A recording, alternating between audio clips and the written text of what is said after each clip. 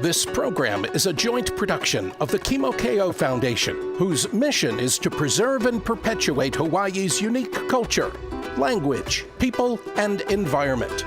Information is online at kimokeo.org. And Maui Causes, a crowd-funded media production group supporting not-for-profit, progressive, and environmental causes in Maui County. Join us on the web at mauicauses.org. Aloha, I'm Kimokeo and you're watching Kimokeo Foundation show. And so today, this is my second show, and I have a couple of guests, but I want to thank you all for tuning in and watching the show and see what we have as Kimokeo Foundation is to preserve, perpetuate, educate Hawaiian culture. So at this time, I'd like to introduce my special guest for the day, for this morning. On the first half, here is Kumu Keli'i Tawa. Aloha kako. Welcome, Kumu. Kumu is right now residing in Spokane, Washington. Is that correct, Kumu? Yes. You know, so he's home here, and he's here for a special reason. And I'll let him tell you about the reason that he's here. Kumu, can you share with them why you came home?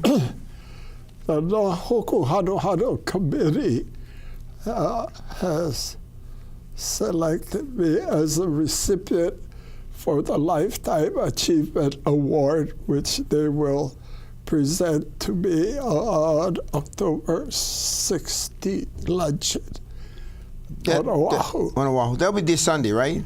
Correct. And that's at the Ala Moana Hotel? Correct. So he came home to receive a Life Achievement Award, and I think that's really great, Kumu. So what do you mean by Life Achievement Award? What they grade this on?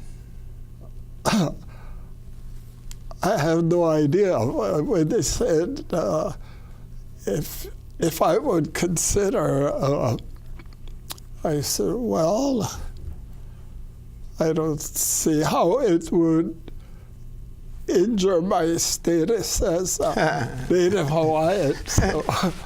Well, I think that Kumu's kind of a modest guy, so he's done a lot of things. So, I mean, I'll ask the question that he can share with you. So, I think part of that, Kumu, is that you was an educator, right? Correct. And so, how many years were you in education, and where was this done?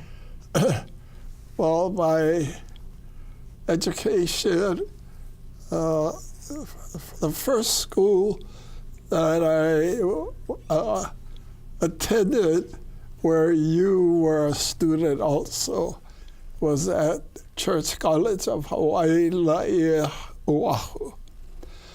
And I used to watch this host running around with all his buddies. I didn't know what they were doing, but I think most of the time they were doing some kolohe stuff. Yeah. Well, that makes college exciting. Every guy or every girl that goes to college has a different way of attending the college, you know? Yep. So mine was to attend Church College of Hawaii, which is a Mormon school, right?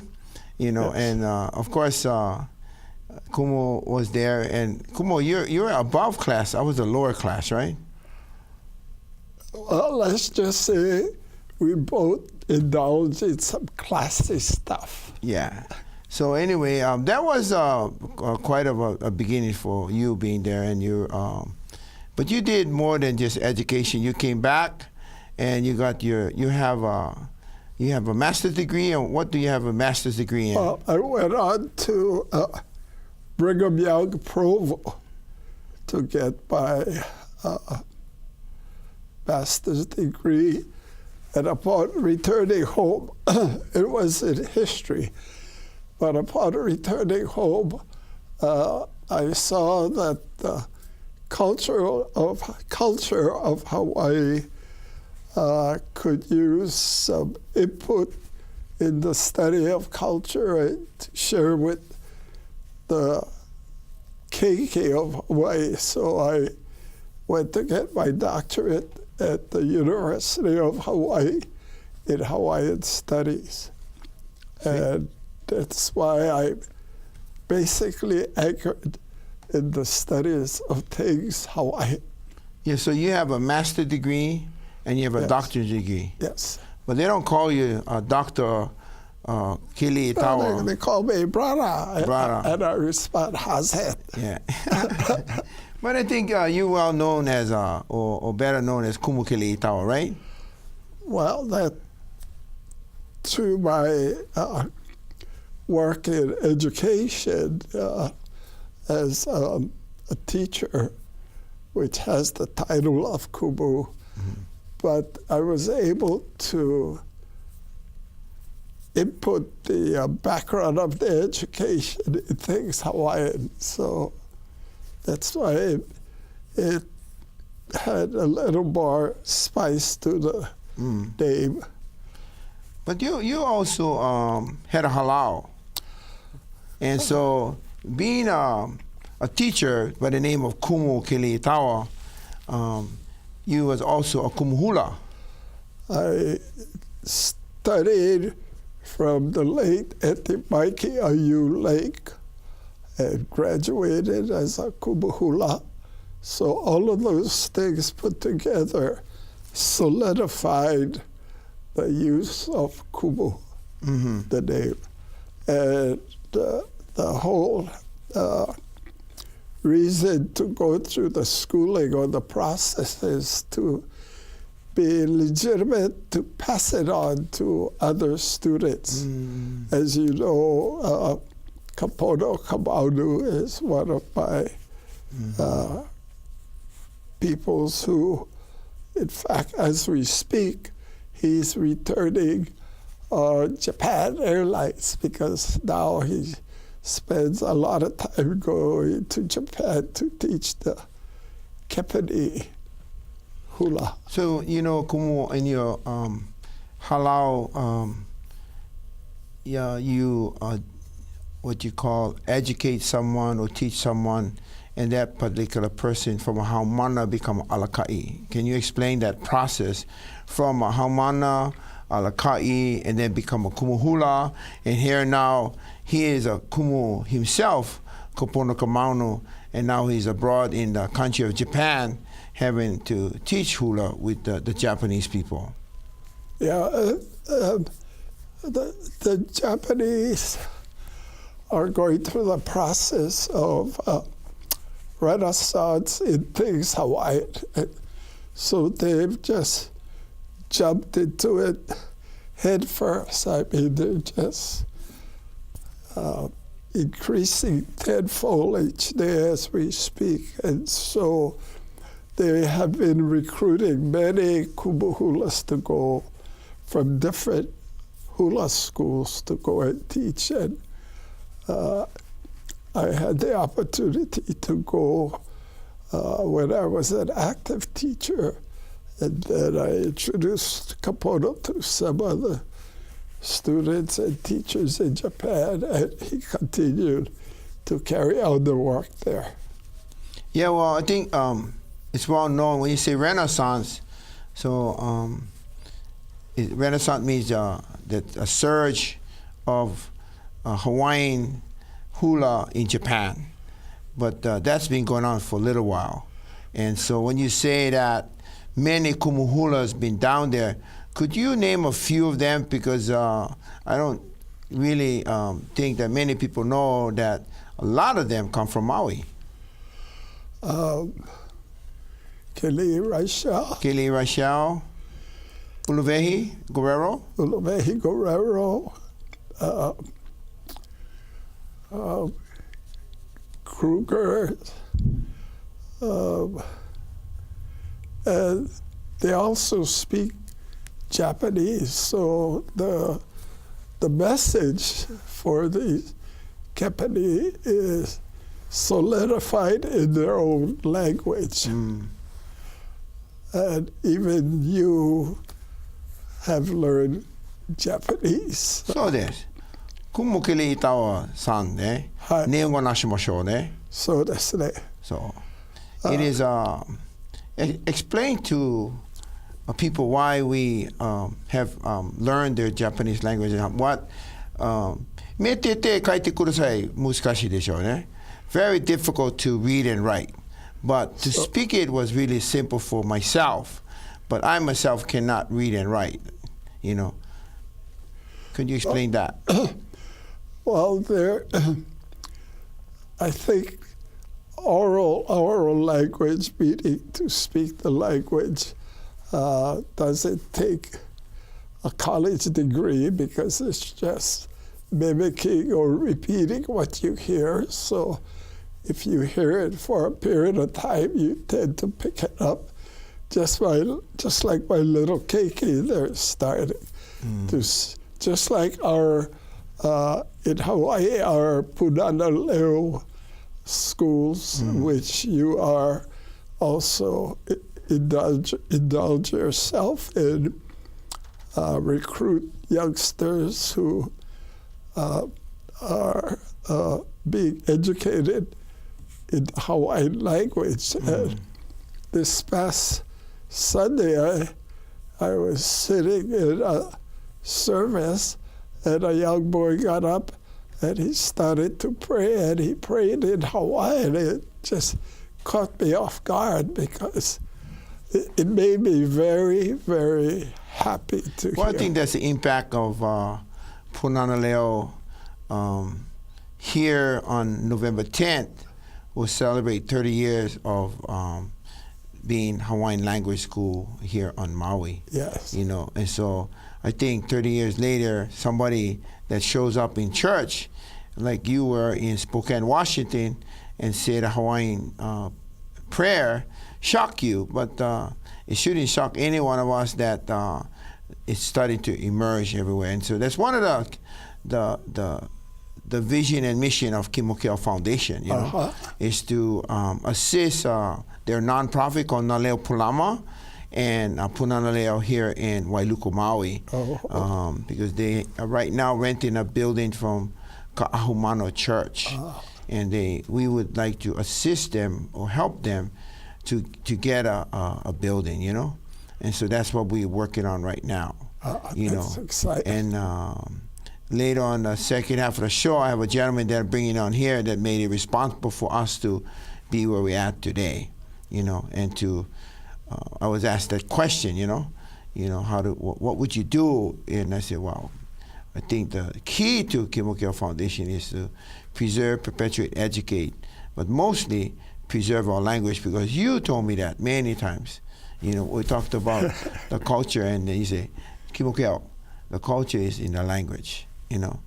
And of course, Kumu, through the years now, I have learned more than the language of the about the culture. I've learned that the language and the work of any Hawaiian things you do, there's a secret in the language, there's a secret in the Hawaiian practitioner, you know, whether you build a hale, a canoe, or planting plants, there's more than that. And you taught me about kauna, so explain to them about kauna. Well, during my short stay here, I'm staying at a friend's home where I grew up, and he wants to climb a coconut tree with all these different gears that he bought to climb up. So he asked me if I would say a prayer. I said I would be more than happy to chant you up the tree like a rat and have you stay up there for as long as you want, as long as you promise not to fall down. So did he climb the tree? We're going to do it tomorrow. Oh, tomorrow. There are a lot of coconuts up there? There's quite a bit, yes. Wait, so if he brings any coconut, then he doesn't have to be a coconut story. You know, like the fishermen, all the fish they catch, but the fish doesn't reach our table. Yeah. You know. So the best poi that we have on Maui is the one that reached my table. We have so many varieties. So I tell someone, the best poi is when you reach my table. But let's, so we went from Kumu, Keli'i Tawa to Kumu Hula. And you know, one of the things that I would like for you to share with us is, you know, the Hukulea just completed the worldwide voyage. And you were responsible, I shouldn't say responsible, but you're educated about the protocol of canoes, and you kind of share that with Kimokeo, and this is why I'm on the canoe. And in fact, now I'm sharing it with your son, Keli'i and Kalani, and taking them on a canoe ride yesterday. Yes, and yes. the first thing your wife come up, well, I don't think we should go out because it's pretty windy, you know. And I tell her, no, we got to go out, you know. We got to go out because Keli'i, Kalani, and your two other sons need to engulf and feel and see and hear the canoe language, you know, the wind, Yep. the wave, and they gotta be able to get the water on their face, you know. And as you can see, we didn't have a camera yesterday, but your own son, Keli'i Kalani, was able to hold a paddle. And then we had another little 90-year-old, 80-year-old boy, Mahi'ai, you know, Alapai. He jumped from the boat, and I told him to go teach him. So here we have an 80-year-old child teaching Keli'i Kalani. How old is he? 5 years old. And then you teaching me. So we had really 4 generations on the canoe. Yes. You know, you taught me, and then I taught Mahi'ai. Now Mahi'ai is teaching your son, you know. And I think that process of Moko Auhau has a position at right perfect time in the show for you to talk to about the protocol of the Polynesian Voyaging Society canoe called Hokulea. Well, I was one of 3 kupuna that blessed to launch the canoe into the water. And my teacher, Kaupena Wog, had access for us to go to the Bishop Museum where all these ancient chants and stories are stored. And this is something very special he shared with me. He said, Keli'i, what we're going to do will be creating negative, positive, but for the most part, many people will say, how do they know how to do this? And truly, that's what happened. You know, people had their opinions and wanted to question how that was done. But we followed all the information that was kept within Bishop Museum, shared with us, and therefore today I'm able to continue the protocol that was passed down from ancient times. And I feel honored to have been part of the team, the first team to launch the canoe into the water. So to go with you, in fact, your uncle,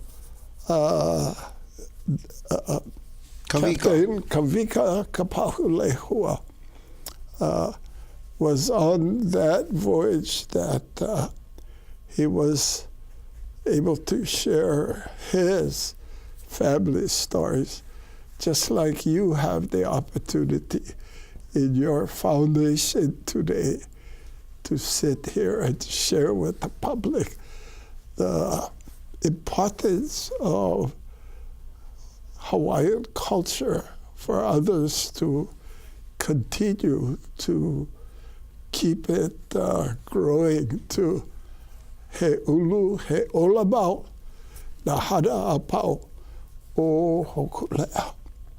All the works of Hokulea.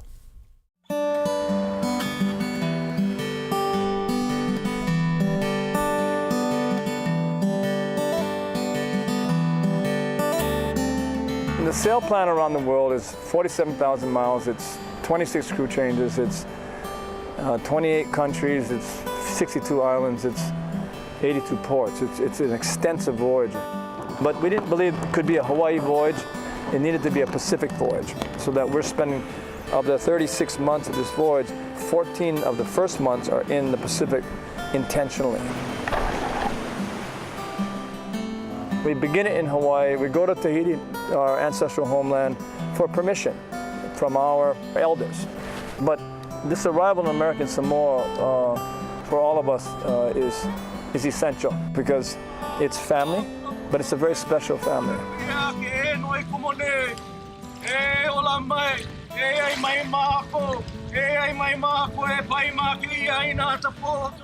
When you look at the migration periods of how the Polynesians came here from a scientific point of view, they came out of Melanesia and they worked east into western Polynesia, and that the first oceanic jump was to Fijian Islands, but the longest voyage between the islands was only 87 miles. But once you got to Samoa, then the jump into eastern Polynesia is hundreds of miles, and it's basically upwind. And they stayed in Samoa for about 1,000 years. But at some time in that history, and we don't know, there was enormous amounts of courage and brilliance that somebody or some people in Samoa finally cracked the code, that they built the spaceship of our ancestors, the deep sea voyaging canoe, that could allow them to have the tool and the home and the craft to be able to go upwind and then get to the islands of Eastern Polynesia, Tahiti, Cook Islands, eventually to Aotearoa, to the Tuamotu Archipelago, to Rapa Nui, and then to Hawaii. But at the same time, the other piece that they had to have done, and within that whole powerful time of brilliance, is that someone had to figure out how to use the heavens and the atmosphere and the winds and the oceans and the waves and the currents. Someone had to figure out how to navigate. And the system that we have learned is thousands of years old from my teacher that was passed down generation after generation in the oral tradition. It is extraordinary. And so coming to Samoa really is, it's coming to our elder brother from Hawaii, so that if we are the youngest culture, in some ways, from the deep sea navigation perspective, they are the elder brother. And so coming here with humility, coming here with respect to Samoa and asking for permission to go, because we need that, that they're with us, so that our voyage around the world with all the challenges that we're going to have is strengthened because we know that the family is with us. And so that this particular arrival, given the permission that they gave us, is crucial to the ability to have the privilege to go. And the fact that if that moment of brilliance, whatever it was, for the spaceship, for the navigator, if that was never, ever achieved, there would be no Hawaiians, because we would still be isolated, and no human beings would have got there if someone from Samoa did not break the code. So we're here to honor them, this place, its community, its ancestry, and the courage of who they are. And the ukulele, which is now in American Samoa and on its way around the planet, is the link not only to the culture of people who understand and sense the water planet, but also, besides knowing to navigate, to go from one place to another with no equipment, we're very, very sensitive to the quality of that environment. So their job is literally to continue passing on the message to every one of us on the planet in any possible way that we all depend on the quality of that ocean for the quality of our lives. The message of Hokulea and her remarkable crew, Nainoa Thompson, his vision, is to get people to understand why the ocean matters and what we, individually and collectively, can do to take care of the ocean. It takes care of us.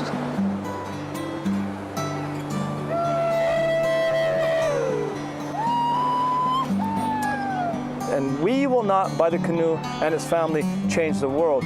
But I believe if the canoe in its voyage can help in many diverse ways, help those who have the ability to change the world be successful at their mission, then if they're successful, we are.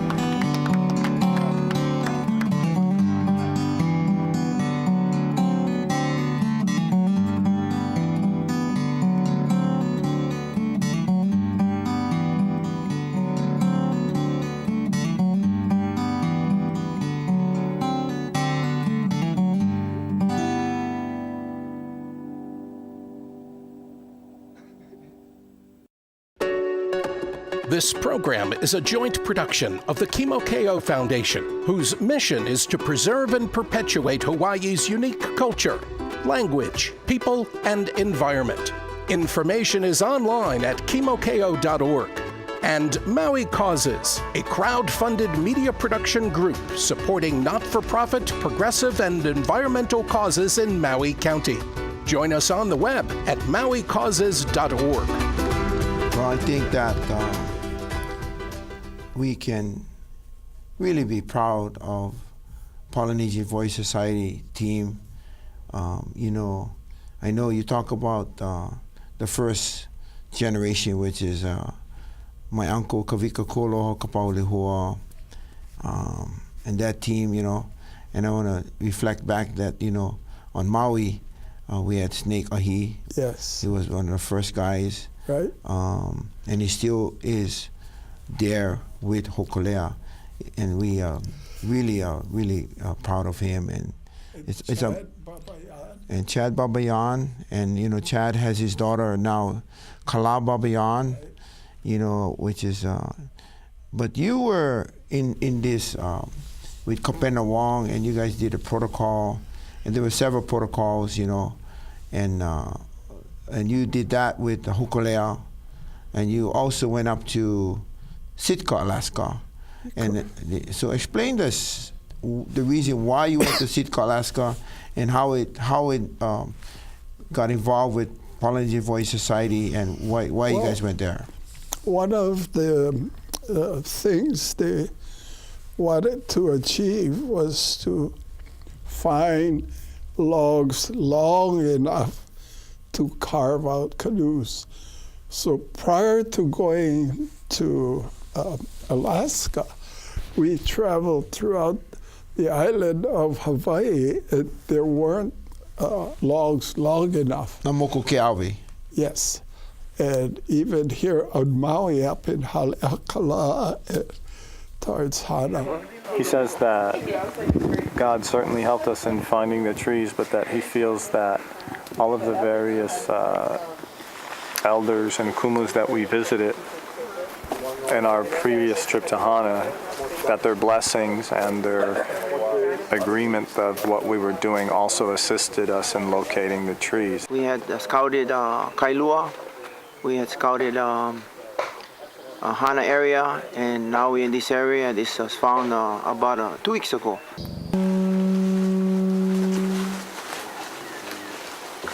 The tree is now uplifted to a higher form, and so it's a very high occasion for us when a tree is picked, because the ceremony is not about us and our feelings.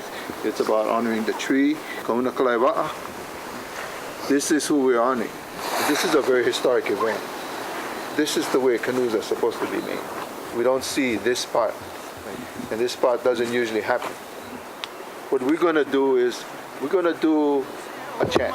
However, the chant goes back and calls on all the ancestors to come join us. But what it talks about is all of the people that migrated, that reached out, and call on all of them to come back here and join us in this ceremony.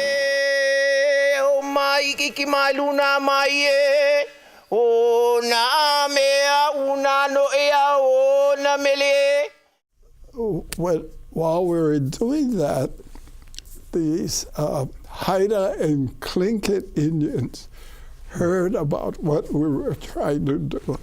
And so they came and offered these logs.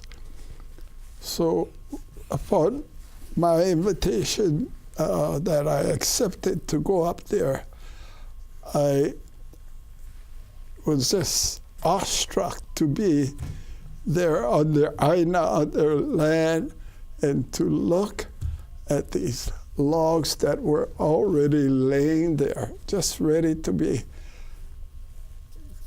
taken away. So brought to Bishop Museum, where we continue the protocol of blessing. So did you guys do a protocol in the forest with the Haida and the Tlingits? We did. I did, standing next to the log, standing, because there were others that they wanted to cut. And these logs are so massive that just standing there, I could feel the warmth of the tree, just coming at me. Yeah, so I might not understand it, but you can clarify it. But so, was a tree like 200 feet tall or 200 years old, or both of those? They grew to their tallest. I haven't been able to keep measurements in my mind, but just the length of time. They had grown to its maximum, so that's what we went to cut. Were they, did they do their own protocol before you, or you guys both did a protocol jointly? They allowed me to go. Okay. And if I might say, upon our completion of the blessing of Hokulea, Kaupena asked if I would consider carrying on and representing whatever blessings needed to be done with his blessings. So that's why I continue to continue doing the blessings, even coming here to Maui and working with you and blessing some of the canoes you have sitting on your beach. Yeah, one of the things was that Hokulea has a fiberglass hull. Yes. And the idea of going up to get a wood canoe was to fulfill making a wooden canoe. Right. And so they let us use their logs to make a wooden canoe. And that canoe is known as Hawaii Loa. Correct. So, they have Hokulea, which is the named after the star. Yes. And Star of Gladness, the song is written, yes. And then they have Hawaii Loa. And they chose Hawaii Loa for many reasons. And could you explain us the name Hawaii Loa? Hawaii Loa was one of the ancient navigators that sailed the Pacific Islands. And he was responsible for sailing canoes. Today, more people are accustomed to hearing people talk about sailing canoes, but when you and I were youngsters here, there wasn't the idea of sailing canoes going from island to island, because you, Kimokeo, have gone to different islands and paddle cruise across the islands from one island to another. But to sail has become more an island tradition due to the work of Hokulea. Well, I think that credit to the people who, Dr. Ben Feeney, who just recently passed. Yes. So we want to, credit him because he born this idea, and well, actually, Herb Connie. Oh, yes, correct. I'm sorry. I retract my statement. I remember Herb Connie drew a picture or an artwork, and in his speech, he said that we need an object, and the object was a wa'akaulua. Yes. Which is a double hull sailing canoe. Yes. And so that's how it all started and began. Right. And so it went from a dream of wa'akaulua to a painting, and then from a painting to research who would be the people. And this is how it all started. Right.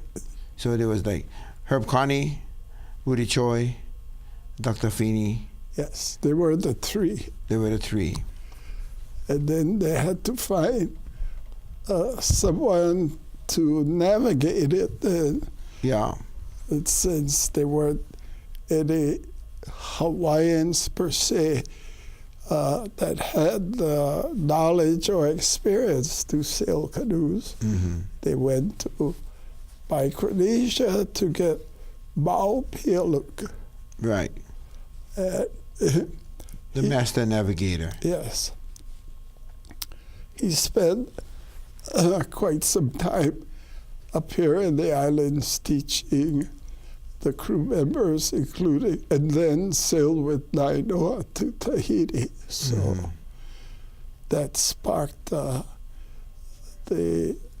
idea that one could sail the canoe around the world without any engine, just by the stars.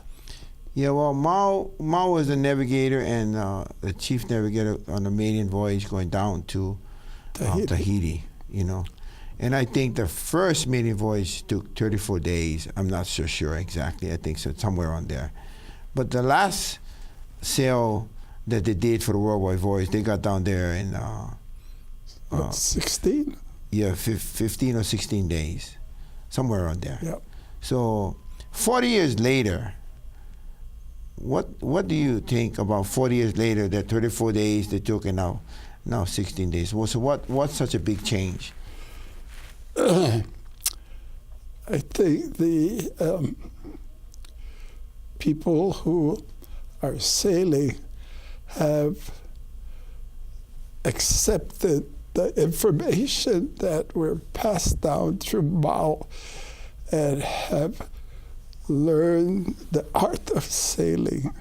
Exactly. So isn't that fantastic? It is. And I think what's more fantastic is Nainoa Thompson. Yes. You know, I mean, what more can we? I don't think there's words in the world could talk about what a wonderful thing that he did with this whole thing of Hokulea going on a worldwide voyage. You know, and I mean, I was never in his position, but every time Hokulea moved from one place to another, it's just admirable of his leadership and the people under his work command, and all the way back home, you know, and the amount of people that worldwide that he must have talked to, logistically must be totally nightmare at many times. It comes back to what you started in asking me about things Hawaiian. He has developed the one word that we recognize that glues us all together, which is ohana. Family. Ohana kava'a, family of the canoe. Yeah. Yeah. So those who are sailing feel like they're family. And, you know, families can be such a powerful force that can, as we know now, sail around the world. Isn't that amazing? It's absolutely wonderful. What an accomplishment, you know, for such a team, such an individual like Nainoa Thompson to gather up the team, and Bruce Blankenfield, Chad Babayan, Snake Ahi, the list goes on, Achi Kalepa, Timmy Gilliam, you know, now we have Kala Babayan, you know. So here we at Kumu, you had the Hokulea, then Hawaii Law, and you continue to carry the protocol to other Va'akaulus, and so share us how you did that with Makali'i.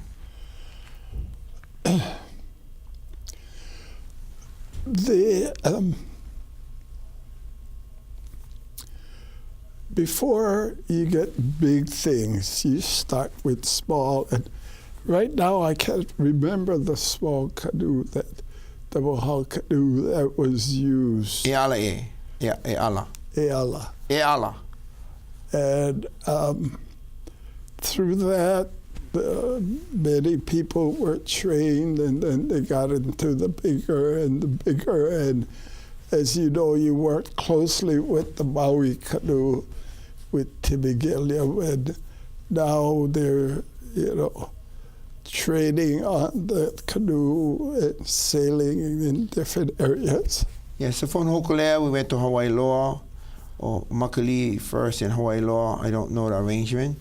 And then while the Hokulea was being built, the Mo'olele was being built. Correct. I think that's the canoe you're talking about. Yes. Yeah, Mo'olele was built and launched the same time as Hokulea. Yep. But I think they weren't talking to each other. They were just doing their own thing on each island. Yep.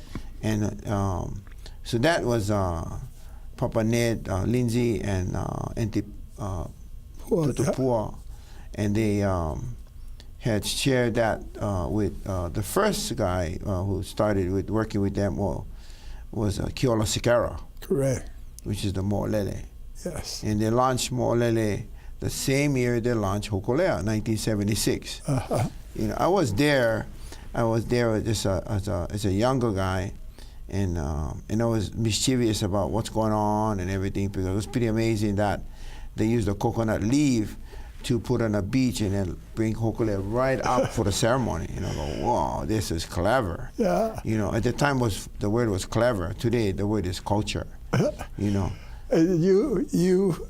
I remember I was at Kualoa Beach Park receiving all the canoes coming in there, and you were on the canoe With the Mo'olele. that you sailed from Maui to.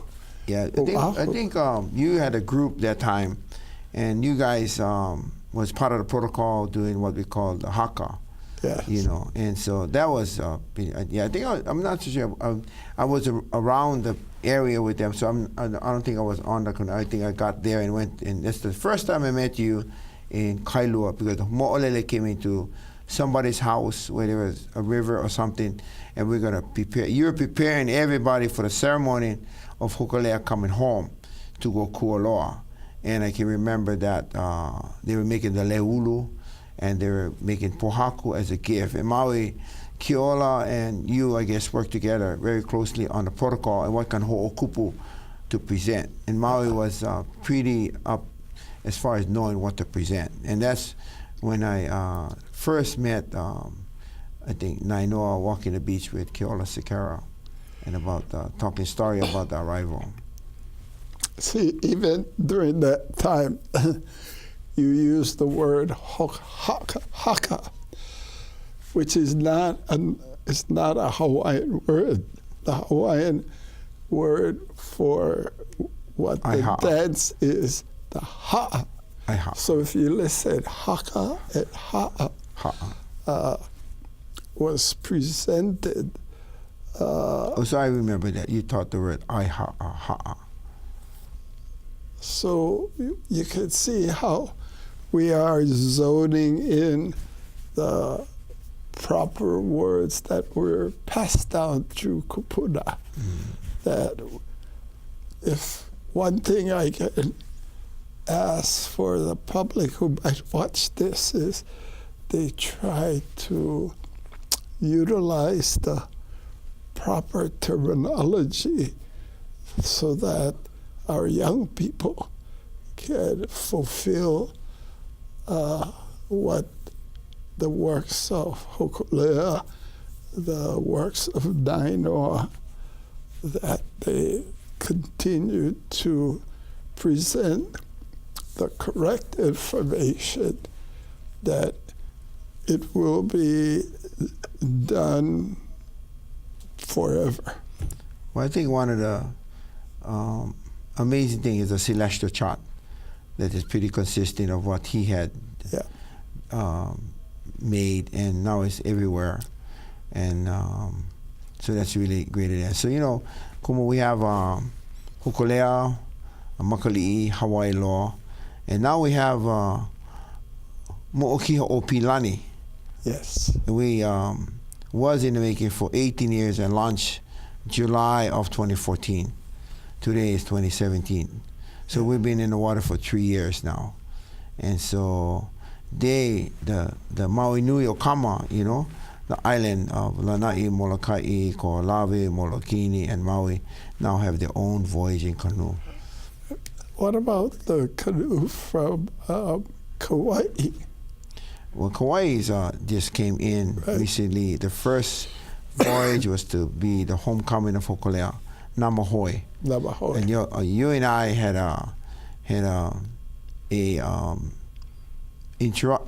introduction, John Cruz, and at Haleaku on Kauai. Yes. We went there and to share the people about Namahoe.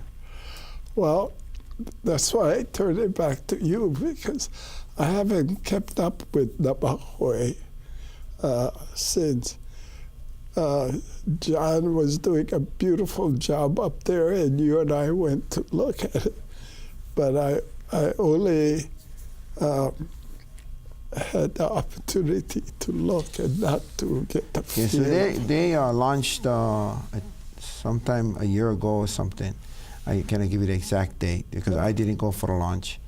And but I've been back and forth frequently looking at the canoe with Dennis Chan and John Cruz and looking at because our challenges are similar challenges they had, and our completion was similar as far as completion. So, and I just took pictures recently on Kauai on one of my voyages, and it's complete now after they came back from Oahu.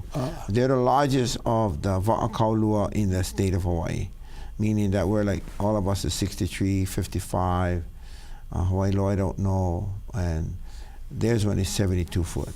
Wow. But prior to them, we're living out another canoe called Hoku Alakai. Yeah. Do you remember Hoku Alakai? Yeah. What do you remember of Hoku Alakai? If you didn't I only remember the names that Hoku Alakai was a canoe that was commissioned by Ahapunanaleo, where only people on Hoku Alakai would be Hawaiian-speaking crew. So is that the one from Laia, the college? No, that canoe is from Big Island, and Chad Babayan was in charge of that canoe. The one from Church College of Hawaii is Yosepa, Joseph Smith. Right. You know, and so so we now have Hokulea, Hawaii Loa, Makali'i, Yosepa, Mo'okiha, Pilani, and then we have Hoko Alakai and Namahoe, right? Yes. So we have 7 canoes, you know, large oceanic voyages sailing canoes.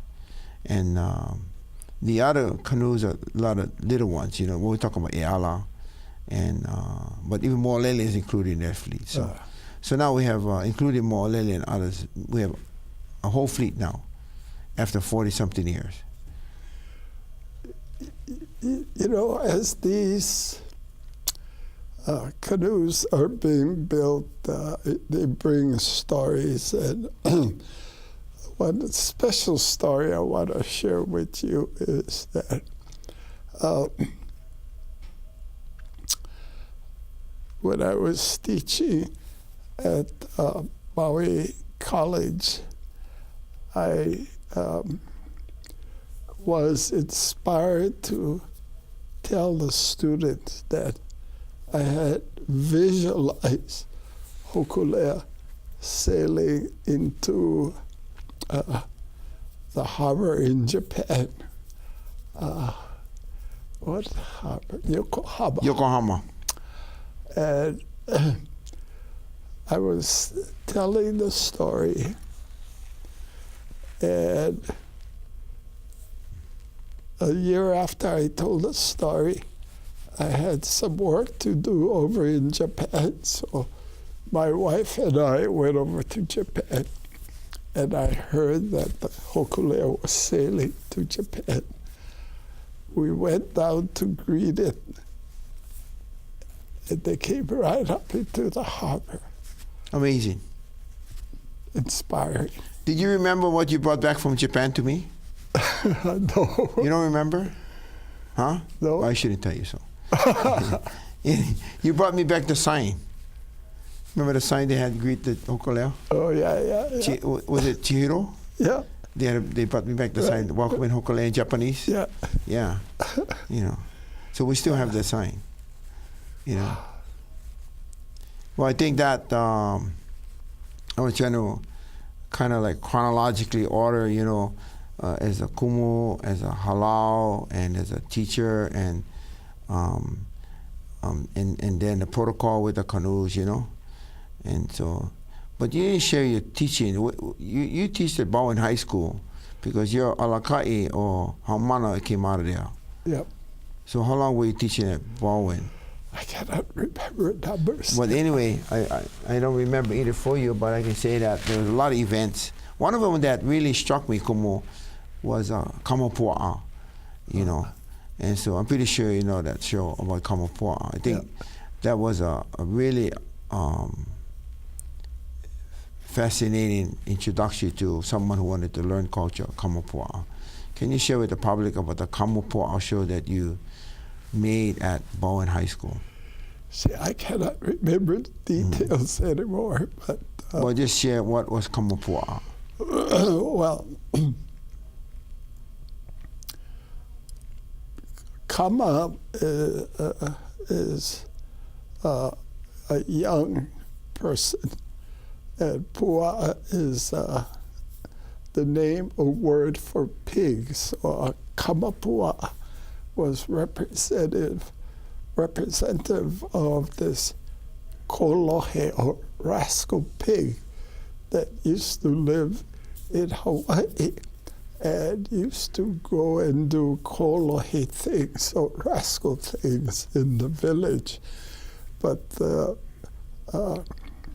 creation of the story that I put together that you came to witness was along with the canoes.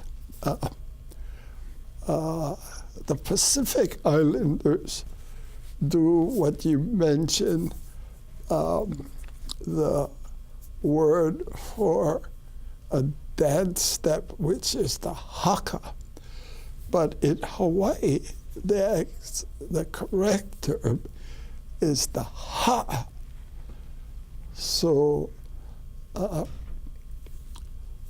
when we were creating this show, I had the students learn the ha to represent the pig or kamapua as he would snort. And the snorting or the would be the sound of a strong animal or person. In this case, those who were doing the ha would be mimicking or imitating kamapua. Well, it was, I learned from you about that the head of the pua'a was used for the marking of the aho pua'a. Is that true? Yeah. You know, so, and then I learned from you that one of the stories that Kamapua'a was in love with Pele. Yes. And he had to make a decision when the volcano lava flow of Pele came towards him, whether he's going to be engulfed by this beautiful goddess that he loved, which is Pele. And he decided that he jumped in the ocean, and this way we get Kumu Nuku Nuku Apua'a. Is that correct? You know, so I think that you know, there's always more than one story to Kamapua'a or Ahapua'a. So our kupuna put together to tell this story in this chat, and it goes like this. He lua I ka hikina ua e na e pele ke ha olo e la ke au. Ke lele la I luna I lalo ka mewe ka o I lalo I ke. Ani na o wa ke o vai nei aku a e ele nei o wau no o pele. Nā I ele aku ka lua I ni I hau a. He lua I ni I hau ua e na e pele ke ha olo e la ke au. Ke lele la I luna I lalo ka mewe ka o I lalo I ke. Ani na o wake o vai nei aku a e ele nei o wau no o pele. Nā I ele aku ka lua I ka wā I a. And I'm going to leave it over there, your home island. You can take the rest of the story all the way over to the last verse, which is Lo'ihi, which is the present island to be born off of the big island, Namoko Keawe.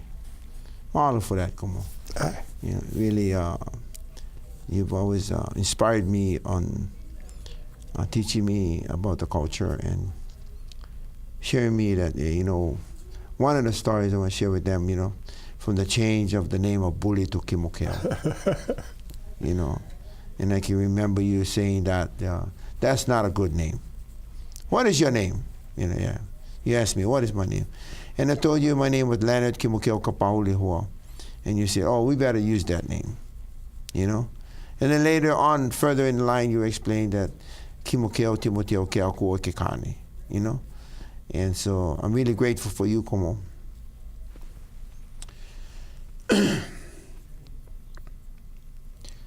To have brought both of us really close. So I would like to end this thing between us, not end it, but this particular session, which was really cherishable to me and you, to meet again. And mahalo ke akua, mahalo na amakua, mahalo na kupuna no Keli'i tawa. Mia mama e ua noa.